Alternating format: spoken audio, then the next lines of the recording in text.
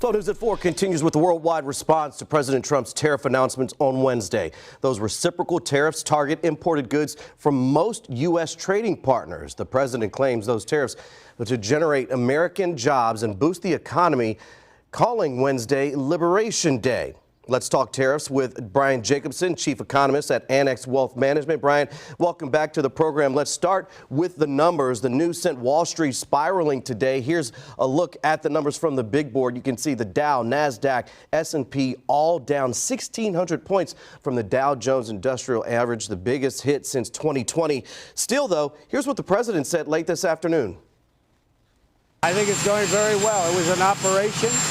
Like when a patient gets operated on, and it's a big thing. The markets are going to boom, the stock is going to boom, the country is going to boom, and the rest of the world wants to see, is there any way they can make a deal? Well, the boom we saw on Wall Street today, not how the president saw it. Yeah, as far as how the markets looked at it, if it's like an operation, it was almost like an operation without having the anesthesia, because that's the way that the markets kind of reacted to how broad-based these tariffs are. Not a lot of exemptions. Like if you think about, where do we get bananas from? We don't grow them here in the United States. We get most of those from Guatemala. That's going to be subject to a 10% tariff. That's something that is likely going to show up when you're at the grocery store. But then when you look at not just the broad base, but even the amount of the tariffs, they're designed to be reciprocal, implying that what they charge us is what we will charge them. And that does make sense in practice. But when a lot of analysts have looked at the numbers, it seems like these have maybe gone above and beyond what they're actually applying. So we think that this maybe provides a good room for negotiation. And these are scheduled, the baseline tariffs of 10% are scheduled to go into effect on April 5th. And then the reciprocal tariffs, which is a little bit more, that's scheduled to go into effect on April 9th. So hopefully there will be quite a bit of diplomacy and discussions going on to come to some sort of negotiated agreement here. And supporters of the tariffs say we're going to see long-term positive effects. In your experience, what could those potentially be? Well, the long-term positive experience could be as far as bringing manufacturing back to the United States in some of those areas.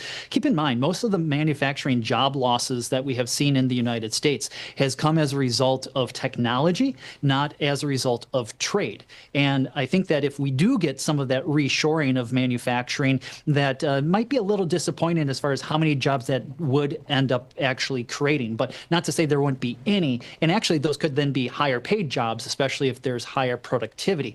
But that could play out over the course of years. And I think that a lot of consumers and businesses right now are concerned about what are we going to do for the next month or months, and then maybe even the next year, because tariffs are an event where they get applied, and then any of that reinvestment back in the United States is a process that plays out over a longer period of time.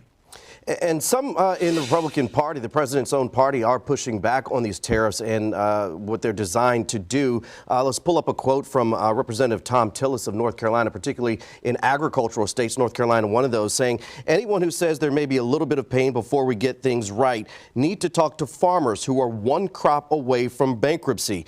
He says the administration has to be crisp on this implementation. Otherwise, we can do damage that's irreparable to farmers and businesses. Your reaction?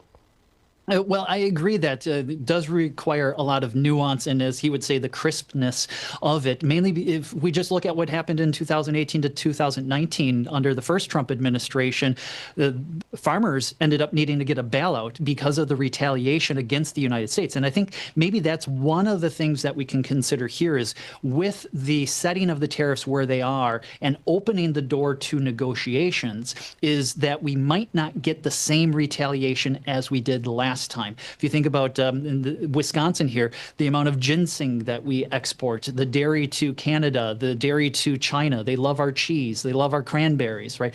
So as long as they don't retaliate, maybe it would be okay, but that is a bit of a gamble. And real quickly, I want to bring up what the Nonpartisan Tax Foundation estimated these tariffs could cost average households $2,100 a year. What do you foresee the average American could see as an impact in the immediate weeks and months in response to these tariffs? Yeah, I think that it actually could be a little bit more than that. And it depends on what you buy, right? As far as if it's luxury automobiles subject to a 25% tariff, that would be a lot more. If it's just typical food items, clothing items, and that, the $2,100 per household seems pretty reasonable. Other estimates suggest it could be maybe $3,000. So I think that maybe $2,100 as far as the all-in cost for your typical household is a fairly conservative estimate. All right, Brian Jacobson from Annex Wealth Management. Always good to have you on and talk numbers. Thank you.